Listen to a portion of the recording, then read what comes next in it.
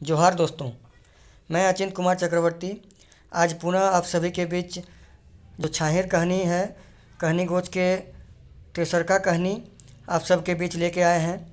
इस कहानी का नाम है हम जियब कैसे। यह चित्तरंजन महतो चित्रा जी द्वारा लिखा गया है।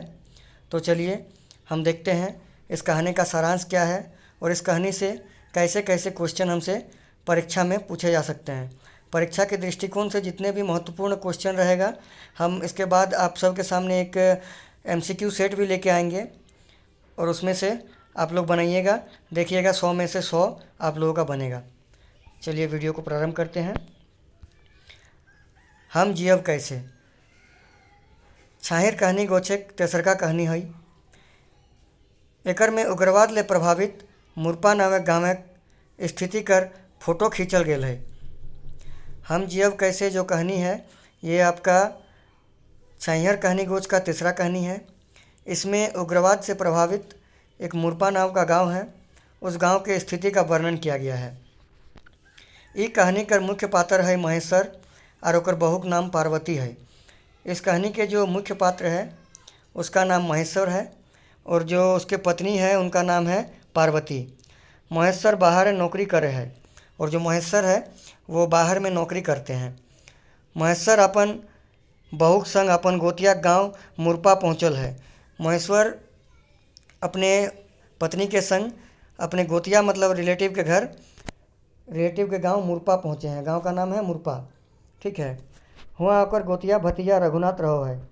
वहाँ पे उनका जो गोतिया भतीजा है रघुनाथ, जिनका नाम है, वो रहते हैं। महेश्वर अपन लंबा छुट्टियाँ 4 चक्का गाड़ी आयल हले। महेश्वर जो है अपने लंबे छुट्टी के दरमियान 4 चक्का गाड़ी से मुरपा पहुँचे हुए थे। ओकर गाड़ी देख के लोग जन सब हिंदे हुंदे लुकाए लगला। मरद बेटा छुआ दबराए जाहत और बेटी छुआ गिलानो धार पास ना आओ होती। और उनका जो गाड़ी है वो देख के गांव के जो पुरुष या गांव के जो लड़के हैं वो छुपने लगे और जो गांव की महिलाएं हैं वो भी सामने आने से डरने लगी। बादे वो सब टाइम पाइला जेटा पुलिस की गाड़ी ना लाए और बाद में उन लोगों को पता चला कि ये जो गाड़ी है ये पुलिस की गाड़ी नहीं है। मकिन रघुनाथ तखन घरे ना हले, परंतु उस समय रघुनाथ घर पे नहीं थे। रघुनाथक बहुई लोटा पानी दे के उस सब के स्वागत करल और रघुनाथ की जो बीवी थी वो उन सब का स्वागत किए। बादे रघुनाथ घर पहुँचे। बाद में रघुनाथ जो है सो अपने घर पहुँचते हैं। कुछ देर बिताए के बाद रघुनाथ तनी घूरे के बहाना बाहरी जा हले और संगे महेश्वर करो ले जाहत। कुछ देर बाद जो है महेश्वर को लेके रघुनाथ बोला चलो थोड़ा गांव घूम के आते हैं, थोड़ा बाहर का मुआयना लेके आते हैं। और उ सब एगो मुसमाइते घर पहुँचे हले। ये घर हल कर्मिक माई चुनिया कर। और वो सब मतलब महेश्वर और रघुनाथ वहाँ पे एक मौसमाइत है उनके घर पहुँचे और उनकी बेटी का नाम है कर्मी। याद रख लीजिएगा, क्वेश्चन पूछ सकते हैं कि जो चुनिया की बेटी का नाम क्या है, तो उनका बेटी का नाम कर्मी है, ठीक है। हुआ रघुनाथ दारू पिए मांगहत मगर महेश्वर दारू ना पिए है। वहाँ जाके रघुनाथ जो है सो दारू पीने मांगता है, परंतु महेश्वर दारू पीने से इनकार कर देता है। वो अपन भतिया से कहो है जे ईटा तोय पी इगुला हमर ना चलते।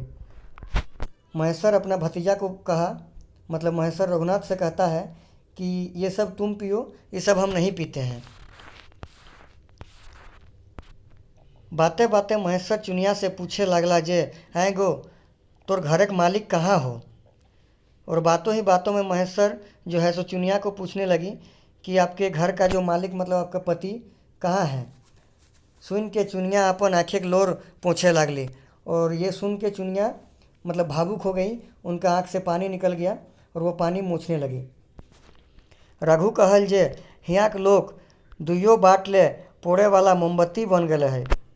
और रघु बोले महेश्वर से कि यहाँ के जो आदमी सब है, यहाँ के जो लोग हैं वो दोनों साइड से जलने वाला मोमबत्ती बन गया है।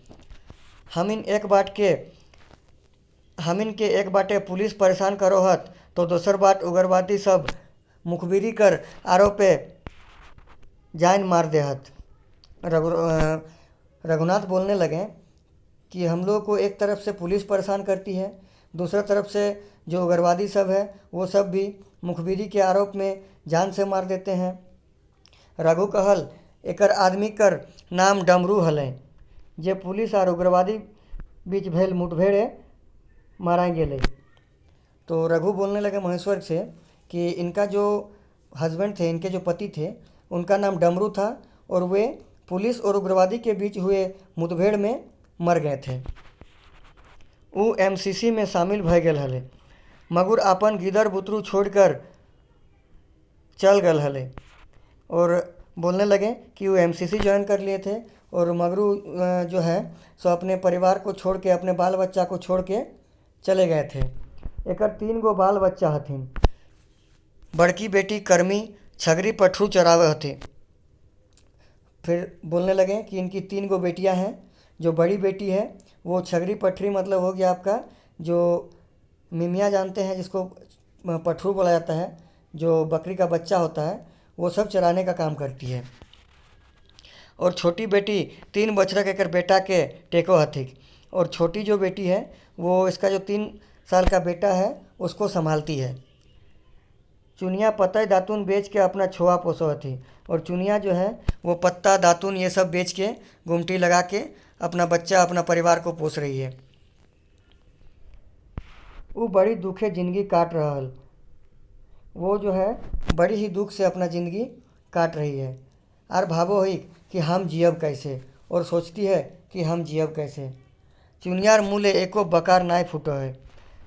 महेश्वर और रघुनाथ उठ के चल देहत, कहानी सिराय जाहत।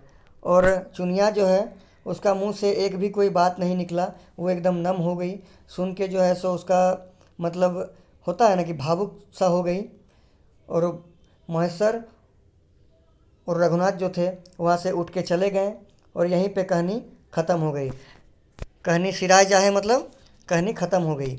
ई नियर हम जियब कैसे कहानी उग्रवाद ले प्रभावित मुरपा गाँव मार्मिक छापा देखा है।